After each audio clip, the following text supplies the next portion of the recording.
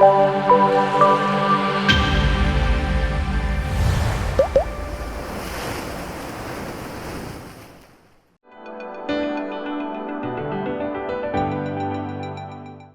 광명입니다. 오늘 우리 친구들이랑 심해로 배달되는 도시락에 대해서 한번 이야기해 보려고 합니다. 네, 심해에 어떤 세상이 펼쳐지고 있는지 한번 이야기를 들어보고 바다는 도대체 어떻게 쌓여서 심해가 있는지, 그 다음에 바다로 배달되는 도시락이 어떤 건지 그거를 우리가 나중에 멋진 글리터 워터볼로 만들어서 한번 실험해 보도록 하겠습니다. 지구에 매일 눈이 내리는 곳이 있다고 하거든요. 어디가? 남극. 남극에 매일 눈이 올까요? 또 북극, 또 그린란드. 또 다 나오네. 선생님이 상상한 답이 다 나오고 있어요. 실제로 보면 눈이 항상 있는 곳이죠, 그죠? 1년 12달 계속 눈이 있는데 매일 눈이 내리지는 않아요. 그 눈이 쌓여 있다거나 빙하가 되어서 그 형태를 볼 수는 있지만 눈이 매일 내리지는 않습니다. 하지만 선생님이 표현하는 이 눈이 매일 내리는 곳이 지구에 있어요. 그게 오늘 이야기하고 싶은 심해입니다. 여기 보시면 깊은 바다인데요. 암흑이죠. 이곳에서 이렇게 바다에서 봤을 때 이렇게 뭔가 하얀색 눈처럼 내리는데, 요거 이제 그 밑에 심해 탐험가들이 들어가서 실제로 영상을 찍으면 이런 모습이고, 그거를 애니메이션화한 영상이라고 생각하면 됩니다. 그러면 지구에서 가장 넓지만 가장 덜 알려진 공간 뭘까요? 그렇죠. 오늘의 주제 심해입니다.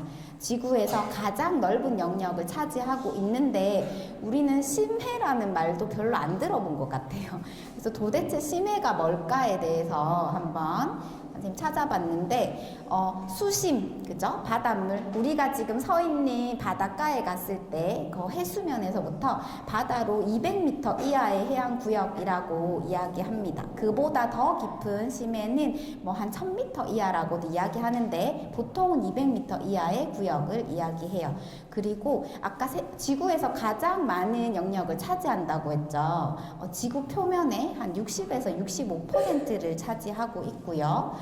그 안쪽에 선생님이 아까 애니메이션 영상 보니까 빛이 거의 없었어요. 빛이 전혀 들어오지도 않고 이곳은 아주 깊은 곳이라서 지금 친구들이 있는 이곳의 기압은 얼마일까요? 공기의 압력? 혹시 알고 있나요? 공기가 누르는 압력, 우리가 살고 있는 이곳의 공기 압력은 보통 1기압이라고 이야기해요. 그런데 그게 바닷속으로 내려갈수록 공기가 누르는 힘이 점점 커진다고 얘기합니다. 물론 물이 함께 누르니까 그렇게 되는데, 그래서 우리가 있는 곳보다 무언가가 1000배 이상 나를 누른다고 생각하면 돼요. 심해에 들어갔을 때. 그리고 매우 춥고 먹이는 정말 부족한 곳이 심해라고 생각하면 될 것 같습니다. 그 심해 중에서도 더 깊은 곳이 있대요. 지구에서 가장 깊은 곳. 그 안에 챌린저 딥이라는 곳이 있는데, 여기는 그 공간에다가 에베레스트 산을 거꾸로 뒤집어 놓고도 2000m가 남는데요. 이게 어딜까요? 혹시? 오, 맞아요. 마리아나 해구입니다. 지구에서 가장 깊은 곳이에요. 오, 맞습니다. 이게 길이가 보면은 한 11km 정도 되거든요. 네, 마리아나 해구 바닷속으로 이렇게 깊이 거의 한 11km 이상이 되는데, 이거를 우리가 직선거리, 지금 차를 타고 간다고 친구들이 한번 생각해 보면 지금 여기에서 한 경산, 친구들 경산 알아요? 뭐 경산시청, 아니면 대구의 저 끝에 화원, 아니면 칠곡의 외관, 이런 곳까지 가는 거리를 바다 밑으로 들어가 있다고 생각하면 그만큼의 깊이가 마리아나 해구라고 생각하면 됩니다. 심해 중에서도 제일 깊은 곳이라고 생각하면 돼요. 그 심해에서 살아남으려면 어떻게 해야 할까? 그죠? 첫 번째는 그 심해에는 빛이 들어오지 않거든요. 그래서 생물들이 진화한 방법이죠. 스스로 빛을 냅니다. 생물 자체가. 아까 영상에서 살짝 봤을까요? 위에 머리에 이렇게 뭔가 불을 달고 다니는 생물들이 있었는데 스스로 빛을 내야 살 수 있는 생물들. 그 다음에 압력이 지금보다 1000배 이상 높다고 했죠. 그러면 위에서 친구들이 지금보다 1000배 이상 무거운 게 날 누르면 내 몸은 어떻게 될까요? 죽죠. 네, 다 부서지겠죠. 이 뼈가. 그죠. 그래서 그 깊은 곳에 있는 생물체들은 몸이 굉장히 유연하다고 생각하면 돼요. 그 다음에 먹을 것이 없대요. 우리는 한 며칠 굶으면 며칠까지 굶을 수 있을까요? 많이 그렇게 못 살죠. 여기 심해에 있는 생물들은 한 달까지도 버틸 수 있다 하더라고요. 그 심해 생활에 적응이 되어서 그렇게 한 달 정도까지는 굶어도 살 수 있도록 극한의 대사 능력을 키워서 생존하고 있습니다. 그 다음에 바다의 온도물이 굉장히 차가운데 그 차가운 물에서 버틸 수 있도록 스스로 체온 조절을 하면서 살아가고 있다라고 생각하면 될 것 같아요. 네, 요 바다가 어떻게 왜 저 깊은 곳에는 햇빛이 들어가지 않을까? 바다를 우리는 다양하게 층을 나누는 방식이 있는데 첫 번째 방식을 선생님이 햇빛이 닿는지 안 닿는지로 이렇게 나눠봤어요. 그래서 햇빛이 닿는 층에는 플랑크톤도 살고 물고기들도 살고 뭔가 이렇게 생활이 가능하지만 물고기라든지 플랑크톤도 살았다가 죽고 그럼 그 과정에서 이렇게 분해물들이 가라앉기 시작하는 곳을 우리는 햇빛이 닿는 층, 아까 심해가 200m 이하라고 했죠. 그래서 그 윗부분까지를 햇빛이 닿는 층이라고 생각하면 됩니다. 그 다음에 이제 햇빛이 보이는 층이랑 완전히 어두운 층 사이에 있는 층이 빛이 사라지는 층이라고 이야기하는데 여기는 이제 이렇게 천천히 뭔가 유기물들이 가라앉아 내려가는 곳이라고 생각하면 되고 마지막에 심해 생물의 특징이 가장 잘 나타나는 이 깊은 곳에는 아무런 햇빛이 들어오지 않고 위에서 이제 내려오는 그런 유기물들이 천천히 내려오면서 그곳에 닿아서 쌓여간다라고 생각하면 될 것 같아요. 바다를 햇빛을 기준으로도 하기도 하지만 이렇게 떨어지죠. 뭔가 하얀색 유기물들이. 우리는 흔히 사실 온도로 더 많이 표현합니다. 온도의 영향이 햇빛이나 바람 때문에 바다의 온도에 영향을 미치기도 하죠. 그래서 맨 위쪽 아까 좀 전에 햇빛이 닿는 곳이랑 요 나뉜 요 경계의 요 수치는 거의 비슷한데요. 수심은 햇빛과 바람으로 물이 골고루 섞여 있는 그곳을 혼합층이라고 해요. 그래서 우리가 느끼기엔 차갑지만 그래도 따뜻하다라고 표현되는 물이고요. 그 밑에 이제 혼합층과 완전히 햇빛이 들어가지 않는 차가운 층 사이에 있는 물을 우리는 수온약층이라고 해요. 이곳의 온도는 위에서부터 아래로 급격하게 훅 떨어지거든요. 그런 층을 가지고 있고 그러면 위에랑 아래쪽에 뭔가 채워져 있는 밀도라고 표현할까요? 그런 밀도가 조금 다르게 형성되어 있는 층입니다.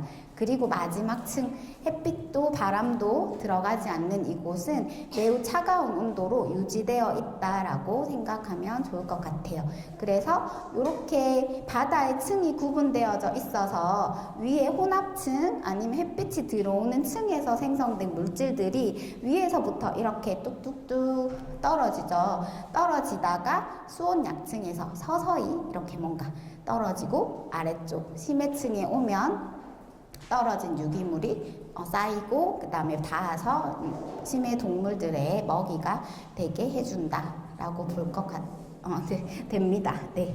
그 다음에 우리가 지금 떨어지는 거를 선생님이 유기물이라고 표현했는데 오늘 주제 제목이죠. 심해로 배달되는 도시락. 이름이 마린 스노우입니다. 실제로 있는 과학 용어이고요. 그 맨 위층에서 이제 죽은 플랑크톤이나 배설물이나 점액질 같은 물질들이 눈송이처럼 이렇게 쌓여가지고 바다 끝까지 심해까지 가라앉는 현상을 마린 스노우라고 이야기합니다. 이렇게 얘기했던 친구들이 죽은 플랑크톤, 배설물, 찌꺼기 이거 먹을 수 있겠어요? 그죠? 우리는 싫죠. 저걸 먹는다고? 라고 생각하는데 심해에서는 굉장히 중요한 도시락입니다. 얘가 네, 심해에는 아까 먹이도 턱없이 부족하다고 했는데요. 저 마린 스노우는 그 심해 생물들이 살 수 있게 충분한 영양, 충분하진 않겠지만 살 수 있을 정도의 조금의 영양을 배달된다라고 생각하면 돼요. 거대한 도시락이고요. 그 다음에 마린 스노우가 내려갈 때 지구 위에서 생긴 뭐 이산화탄소나 이런 탄소들을 잡아서 바다 깊은 곳까지도 배달한다라고 생각하면 됩니다. 그 다음에 바다 안에서 바다 생물들이 이렇게 발생하는 미생물이라든지 이런 것들까지도 심해로 이동되는데 그 이동되는 수단이 이 마린 스노우와 같이 뭉쳐져서 내려간다라고 생각하면 될 것 같습니다. 그 마린 스노우가 내려가는 아까 그 모습을 친구들이랑 한번 워터볼로 만들어 보려고 하는데요. 네, 이렇게 떨어집니다. 예쁘게 떨어지는다라고 생각하면 될 것 같아요. 지금 책상 위에 재료가 놓여져 있는데 한번 볼까요? 네. 투명 볼 안에 있는 것들은 꺼내주시면 돼요. 우리가 한번 용액을 먼저 만들어 보도록 할게요. 마린 스노우가 떨어질 때 순수한 물만 있는 곳이랑 그 다음 아까 전에 온도 때문에 밀도 차이가 있는 건데 우리는 그 밀도 차이를 표현하기 위해서 용액의 요 밀도를 요 혼합 베이스 액으로 조절하려고 하거든요. 그러면 친구들이 가지고 있는 투명 용기에 하나는 글리세린이고요. 하나는 점착력을 높여주는 물질이라고 생각하면 됩니다. 이거 인체에 해롭지는 않으니까 아마 묻으면 끈적끈적 할 거예요. 글리세린이랑 두 가지 용액을 넣었으면 그 페트병에 있는 작은 생수가 200ml거든요. 여기 한 200ml 정도 넣으면 돼서 한 병을 넣으면 딱 맞을 거예요. 여기 비닐봉지 안에 글리터 가루가 있는데 한 꼬집만 넣어서 두고요. 됐나요? 네. 그 다음에 이제 워터볼 안쪽에 뭔가 꾸며주고 싶은데 지금 아까 뚜껑을 열었을 때 혹시 속뚜껑 이렇게 종이라고 해야 되나요? 요 속뚜껑지라고 해야 되나? 그런 게 있던가요? 네, 있죠. 그 속뚜껑지 위에다가 요 하얀색 방구, 스티로폼 방구를 저희가 붙일 거거든요. 방구 위에다가 요 위에 요 꾸밈 재료 가져가서 내가 원하는 것들만 한번 살짝 붙여가지고 오시면 될 것 같습니다. 이렇게 만들어 가셔가지고 집에 가서 혹시나 조금 더 만들고 싶으면 꺼내놨다가 얘 마르고 나면 글루건 다시 뭔가 해서 붙여도 되거든요. 그렇게 해서 만들고 그 글리터 스티커도 너무 작은 것 같으면 조금 더 넣으셔도 됩니다. 그렇게 해서 예쁘게 간직하시면 될 것 같습니다. 오늘 저의 심해로 배달되는 도시락은 여기까지 진행하겠습니다. 네, 참여해 주셔서 감사합니다. 네.